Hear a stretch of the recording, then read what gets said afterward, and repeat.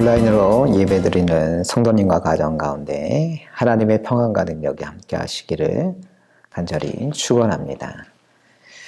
대학생 때 교회에서 필리핀 바기오로 단기 선교를 간 적이 있습니다.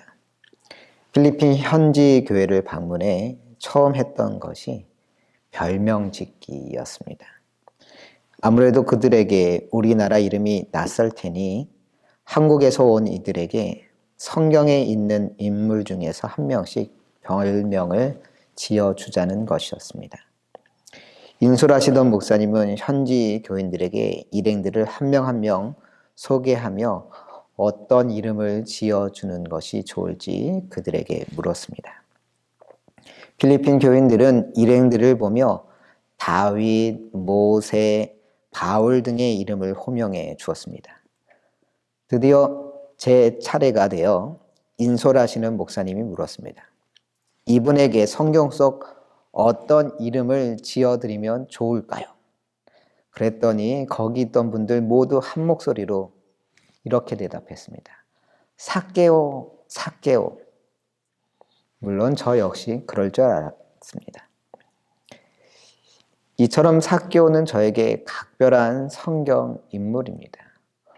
오늘과 다음 주 2시간에 걸쳐서 이 삭개오를 중심으로 말씀을 전하려고 하는데, 오늘 본문의 사건은 여리고라고 하는 도시에서 벌어진 일입니다. 오늘 본문 1절 말씀 함께 읽겠습니다. 예수께서 여리고로 들어가 지나가시더라. 여리고는 고대 근동 지방에서 가장 오래된 도시로서 만년 이상의 역사를 자랑하는 유서 깊은 곳이기도 합니다. 구약시대에 여호수아가 7바퀴를 돌고 나팔을 불며 여호와의 영광을 외칠 때 무너졌던 성이 바로 여리고 성이었습니다. 또한 예수님이 사단에게 시험을 받을 때 마귀가 세상의 모든 영광을 보여주기 위하여서 데리고 갔던 산도 여리고성 옆에 있는 시험산이었습니다. 이처럼 여리고는 이미 성경 곳곳에서 중요한 사건이 벌어졌던 곳이기도 합니다. 그랬기 때문에 예수님께서도 복음을 증거하기 위하여 번화한 도시였던 여리고로 가셨던 겁니다. 이 도시에는 삭개오라고 하는 세리장이 있었습니다. 세리장은 세금을 걷어들이는 일을 하는 세리들의 수장이었습니다. 그런데 당시 세리들은 일반 유대 시민들로부터 매국노라고 불렸습니다. 나라를 팔아먹는 놈이라는 거죠. 왜 그렇게 불렸을까요? 세금 걷는 게 뭐 그리 대단한 잘못이라고 매국노라고까지 불렸을까요? 당시 이스라엘은 로마의 속국이었습니다. 그래서 이스라엘 백성들에게 걷어들인 세금은 이스라엘 정부로 가는 게 아니라 로마의 귀속이 되었습니다. 그러다 보니 세리장은 로마의 막강한 권력을 등에 업고 자기 뜻대로 세금을 징수할 수가 있었습니다. 우리도 일제 강점기가 있지 않았습니까? 이 땅 백성들이 피땀 흘려 농사지어 본 돈을 세금 내면 다 일본 정부가 가져갔던 겁니다. 그러면 그런 상황에서 누가 세금을 내고 싶어 하겠습니까? 설사 세금 걷는 이들이 전부 조선인이라고 해도 정말 안 입고 온 시선으로 그들을 보지 않았겠습니까? 똑같은 겁니다. 그래서 유대인들은 세리를 허가받은 도둑이라고 부르며 멸시하고 차별했던 겁니다. 세리장으로서 삭개오가 동족에게 그리 욕을 먹으면서도 계속해서 그 일을 감당했던 이유는 무엇일까요? 딱 하나, 바로 돈 때문이었습니다. 그라고 해서 동족의 욕을 먹는 게 기쁠 리가 없지 않겠습니까? 하지만 그렇게 자신을 욕하던 사람들도 삭개오 앞에서는 모두 머리를 숙였습니다. 뭐 때문에? 돈 때문에. 돈이 주는 위력 앞에 사람들은 삭개오를 함부로 할 수 없었던 겁니다. 삭개오도 알았습니다. 그들이 자신을 진심으로 대하지 않는다는 걸. 그저 돈 앞에서 잠시 머리를 숙일 뿐이라는 걸, 어느 누구도 자신에게 진심으로 충성하거나 헌신하지 않는다는 걸 잘 알았습니다. 그렇기 때문에 삭개오는 공허했죠. 남부럽지 않은 재산을 갖고 있고 정원이 딸린 널찍한 집과 부리는 수많은 하인들이 있으며 자신의 수하에 많은 세리들까지 있었지만 그 어느 누구하고도 진실한 관계를 맺지 못했습니다. 자신의 본심을 털어놓고 허심탄회한 이야기를 나눌 상대가 아무도 없었던 겁니다. 그들은 모두 그저 돈이 사라지면 관계도 사라질 비즈니스적인 관계였을 뿐이었습니다. 사실 우리 삶도 그러하지 않습니까? 수많은 사람들을 만나지만 정말 의미 있는 만남은 얼마나 되던가요? 만나면 만날수록 즐겁고 행복해야 하는데 만나면 만날수록 마음이 무거워지지 않던가요? 그것은 우리가 이해 득실에 따라서만 만나고 있기 때문입니다. 그래서 이득이 생기면 만나고 그 이득이 사라지면 더 이상 사라지는 만남이 대부분입니다. 그래서 만나면 만날수록 공허한 겁니다. 그런데 예수님과의 만남은 달랐습니다. 예수님의 소문을 듣고 달려온 삭개오였지만 인파에 밀려 예수님을 만나는 건 너무나 힘든 일이었습니다. 본문 3절 말씀입니다. 그가 예수께서 어떠한 사람인가 하여 보고자 하되 키가 작고 사람이 많아 할 수 없어. 왜 예수님을 볼 수 없었다고요? 키가 작아. 삭개오는 예수님을 보고 싶었지만 키가 작아서 볼 수 없었던 겁니다. 남일 같지 않습니다. 그런데 그 다음이 중요합니다. 키가 작아 예수님을 보기 힘들자 삭개오는 어떻게 했느냐? 뭐 오늘만 날인가? 다음에 보면 되지. 이렇게 쉽게 돌아섰느냐? 그렇지 않습니다. 4절 함께 읽겠습니다. 앞으로 달려가서 보기 위하여 돌 무화과 나무에 올라가니 이는 예수께서 그리로 지나가시게 되밀어라. 삭개오는 어디에 올랐다고요? 돌 무화과 나무에 올랐다고 했습니다. 삭개오가 이 돌 무화과 나무에 올라가자 예수님 눈에 번쩍 뜨이게 됩니다. 당연하지 않겠습니까? 다들 앉아서 듣거나 서서 예수님의 말씀을 듣고 있는 상황인데 어떤 사람이 갑자기 나무 위로 올라갔으니 당연히 예수님이 그쪽을 볼 수밖에 없는 것 아니겠습니까? 그때 예수님은 5절과 같이 이야기하십니다. 예수께서 그곳에 이르사 쳐다보시고 이르시되 삭개오야 속히 내려오라. 내가 오늘 내 집에 유하여야 하겠다 하시니. 이 구절에 보면 예수께서 그곳에서 뭘 하셨다고 합니까? 쳐다보시고. 왜 쳐다봤겠습니까? 삭개오가 돌 무화과 나무에 올라갔기 때문입니다. 만약 나무에 오르지 않았으면 예수님의 주목도 끌지 못했을 겁니다. 이게 중요합니다. 삭개오에게 키가 작다는 것은 그의 인생의 걸림돌이었을 겁니다. 그런데 삭개오는 그 걸림돌 때문에 돌 무화과 나무에 올라갔고 돌 무화과 나무에 올라갔을 때 주님과의 극적인 만남이 이루어지게 됩니다. 이것은 우리 신앙의 중요한 메시지를 전해줍니다. 우리 인생에는 크고 작은 많은 걸림돌이 존재합니다.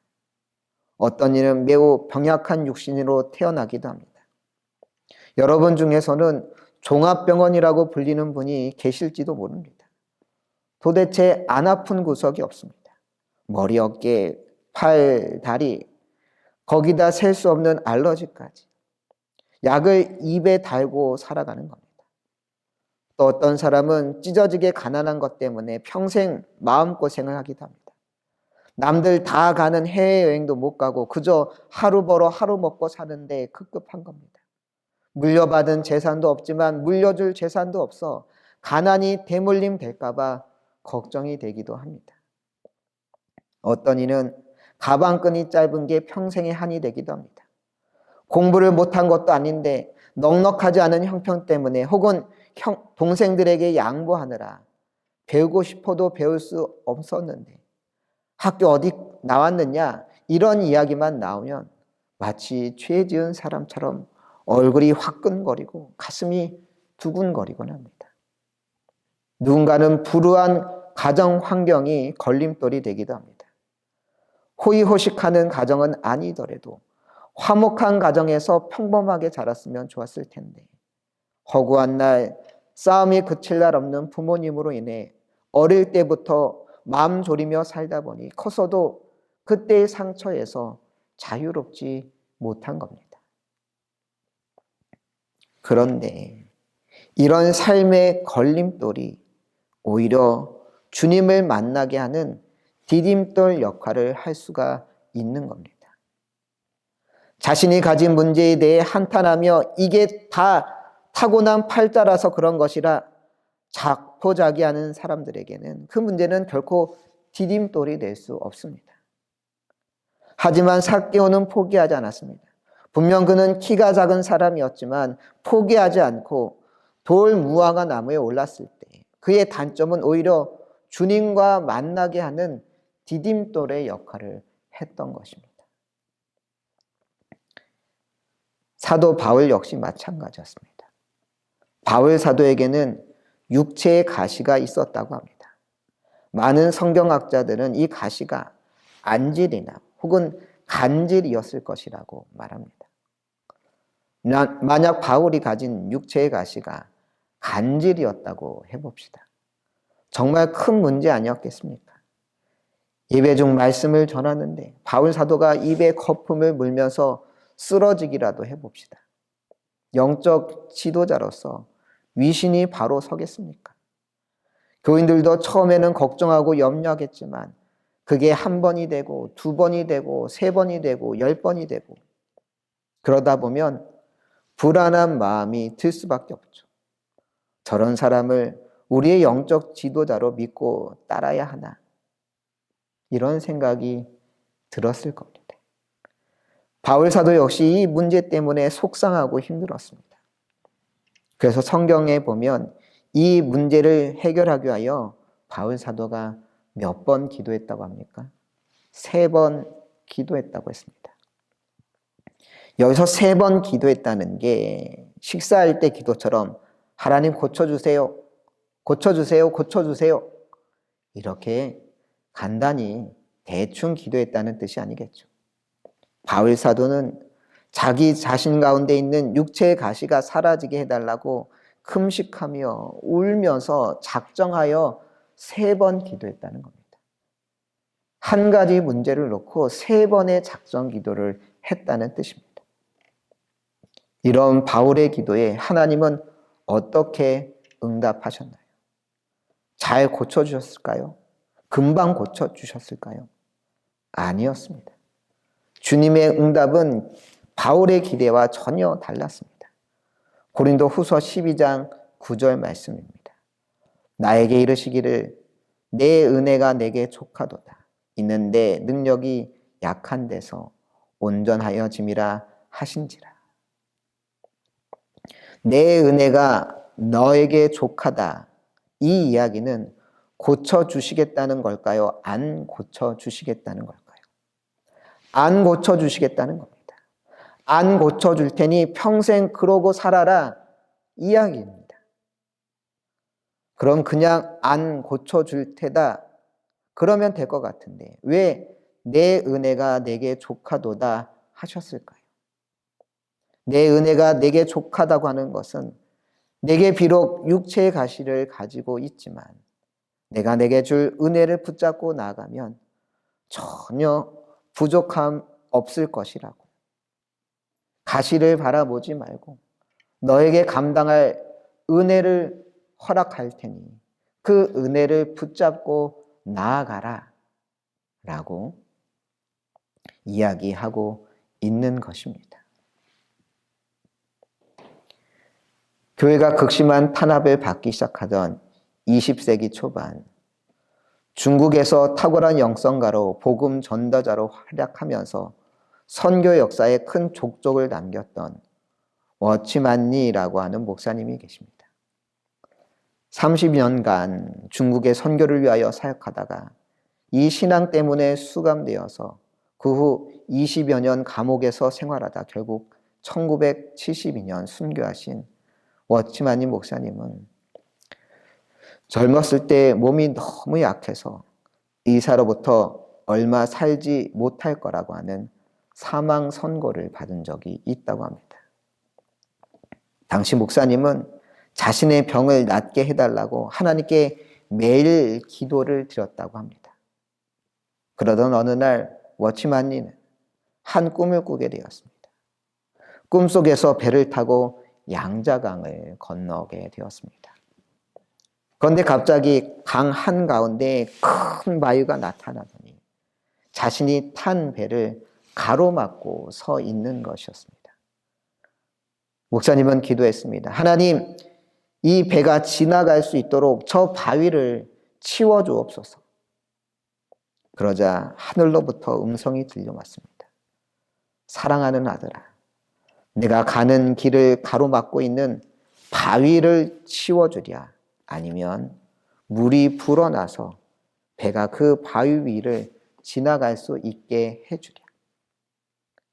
그 말씀을 들은 워치만님 목사님은 정신이 번쩍 들어 이렇게 대답했습니다. 하나님, 물이 불어나서 바위 위로 지나가게 해주세요. 그러자 진짜로 엄청난 비가 내리더니 바위가 물에 가라앉게 되었고 배는 문제없이 바위를 지나갈 수 있었습니다. 그러면서 꿈에 깨어난 워치만님 목사님은 육신의 질병을 고쳐달라고만 간구했던 자신의 기도가 잘못됐다는 것을 깨달았습니다. 지금까지 자신의 허약한 육신만 바라보며 그것이 없어지길 바라며 기도했는데 그것이 하나님의 방법이 아니라는 것을 알게 되었습니다.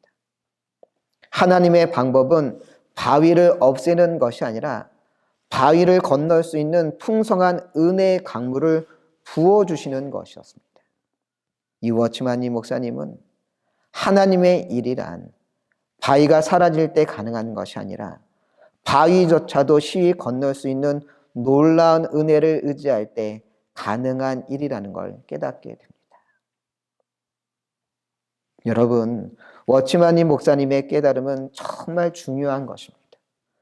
우리는 바위만 바라보면서 저 바위만 사라지면 내 인생이 달라질 텐데 이런 생각에 붙들려 살아가곤 하지만 하나님의 방법은 그렇지 않습니다. 하나님은 그 바위를 건널 수 있는 넘치는 은혜를 우리에게 허락하시는 분인 줄 믿습니다.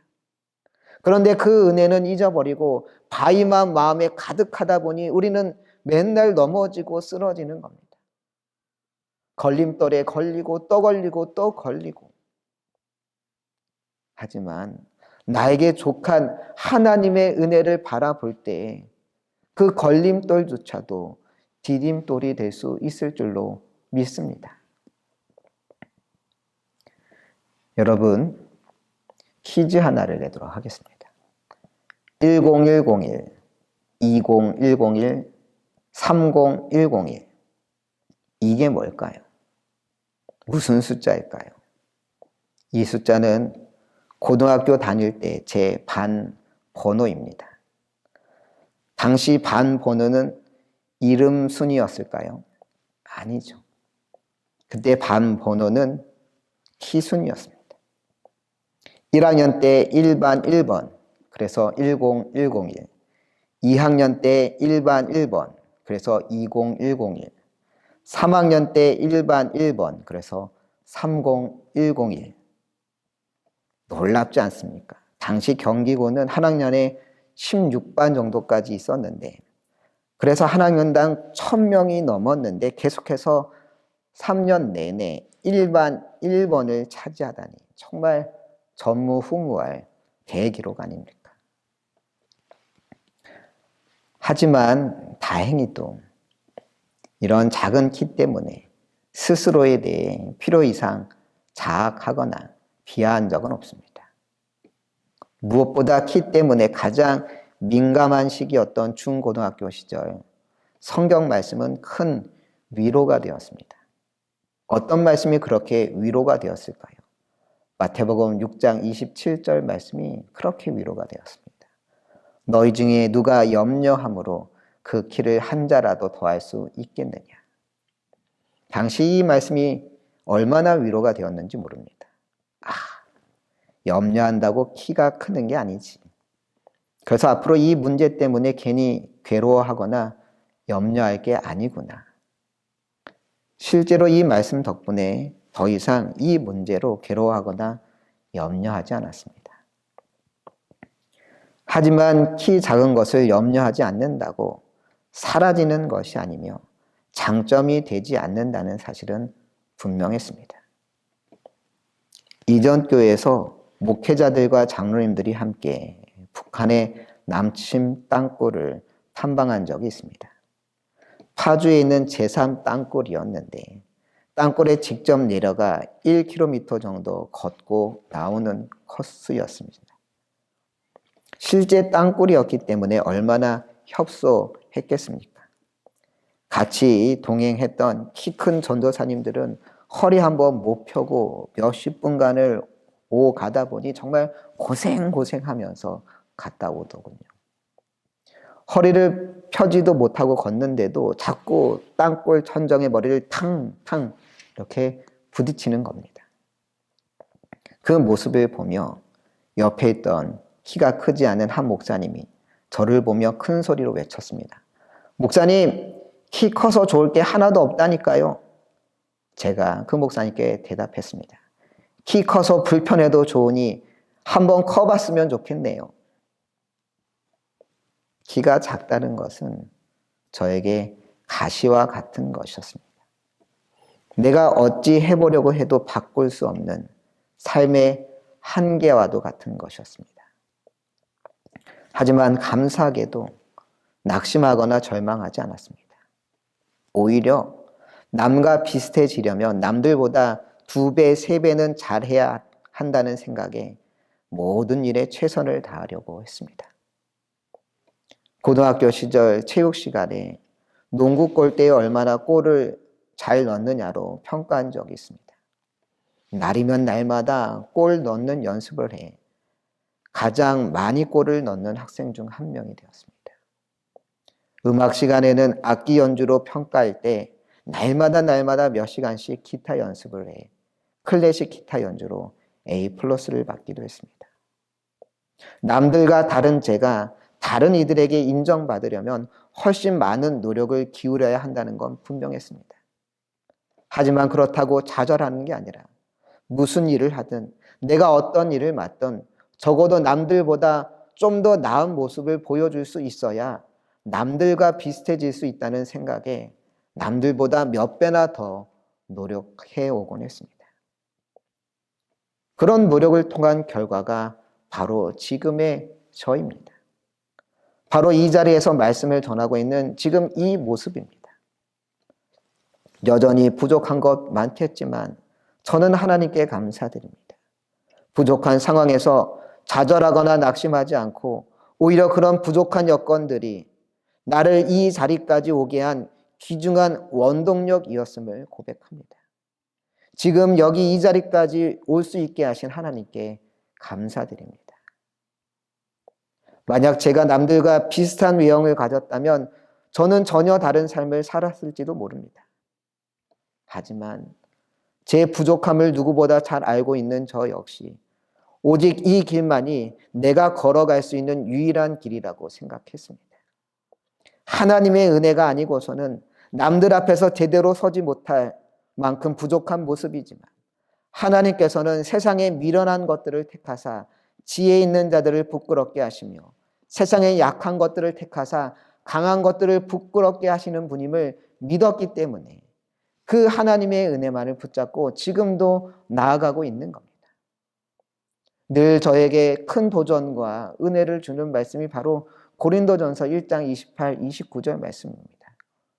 하나님께서 세상의 천한 것들과 멸시받는 것들과 없는 것들을 택하사 있는 것들을 폐하려 하시나니 이는 아무 육체도 하나님 앞에서 자랑하지 못하게 하려 하심이라. 그렇습니다. 어떤 육체도 하나님 앞에 자랑할 것이 없습니다. 세상의 배경, 세상의 학벌, 키 큼, 잘생김 이런 것들 다 하나님 앞에 아무것도 아닌 겁니다. 자랑할 게 없습니다. 이것이 세상에서는 알아주고 인정해 줄지 몰라도 하나님 앞에서는 자랑할 것이 없는 겁니다. 그럼 우리가 바라봐야 할 것이 무엇이겠습니까? 바로 하나님의 은혜입니다. 내 약점까지도 하나님 앞에 은혜입니다. 약한 나를 강하게 하시는 하나님, 연약한 나를 들어 높이 쓰시는 하나님의 은혜를 바라봐야 할 줄로 믿습니다. 그 은혜를 깨닫는 자는 가시마저도 감사할 수 있습니다. 가시만 볼 때 우리는 감사할 수 없습니다. 하지만 가시를 주신 하나님의 뜻을 이해할 때 우리는 가시마저 감사할 수 있는 겁니다. 자신의 연약함만을 바라보는 자는 감사할 수 없습니다. 하지만 그 부족함마저 귀히 쓰시는 하나님의 섭리를 바라볼 때 우리는 그 부족함마저 감사할 수 있는 줄로 믿습니다. 삭개오가 주님을 만날 수 있었던 것은 그의 작은 키 때문이었습니다. 어쩌면 그의 작은 키는 삭개오에게 평생의 걸림돌처럼 생각되었을지 모릅니다. 하지만 삭개오는 자신의 연약함을 오히려 주님을 만나는 디딤돌로 삼았습니다. 그는 포기하지 않고 돌 무화과 나무에 올라섰을 때 주님과 만나는 놀라운 감격을 경험하게 됩니다. 여러분에게는 어떤 인생의 걸림돌이 있습니까? 그로 인해 너무 답답하고 속상합니까? 그 걸림돌이 여러분의 인생을 가로막고 있습니까? 중요한 것은 나에게 어떤 걸림돌이 있느냐가 아닙니다. 나에게 얼마나 큰 걸림돌이 있느냐가 아닙니다. 주님을 만나고자 하는 자에게 걸림돌은 더 이상 걸림돌이 아니라 디딤돌이 될 수 있습니다. 나에게 주님을 만나고자 하는 열정만 있다면 그 걸림돌이 오히려 디딤돌이 될 수 있을 줄 믿습니다. 끝으로 남북 전쟁 당시에 한 무명 군인이 지은 시를 읽어드리도록 하겠습니다. 무엇이나 얻을 수 있는 힘을 달라고 하나님께 구했으나 나는 약한 몸으로 태어나 겸손히 복종하는 것을 배운노라. 큰 일을 하기 위하여 건강한 몸을 구했으나 도리어 병을 얻어 좋은 일을 할 수 있게 되었고 부를 얻어 행복하기를 간구하였으나 가난한 자가 됨으로써 오히려 지혜를 배웠노라. 한번 세도를 부려 만민의 찬사를 받기 원했으나 세력 없는 자가 되어 하나님을 의지하는 자가 되었고 생을 즐기기 위해 온갖 좋은 것을 바랬으나 하나님은 나에게 생명을 주사 온갖 좋은 것을 즐길 수 있게 하셨다.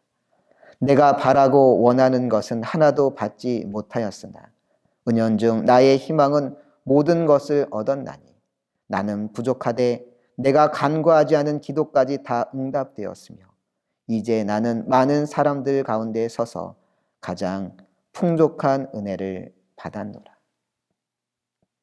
진정 우리 삶에 있는 걸림돌조차 하나님 앞에 나아갈 수 있는 디딤돌임을 깨닫고 오직 하나님의 은혜 가운데 살아가는 여러분들 되시길 간절히 축원합니다.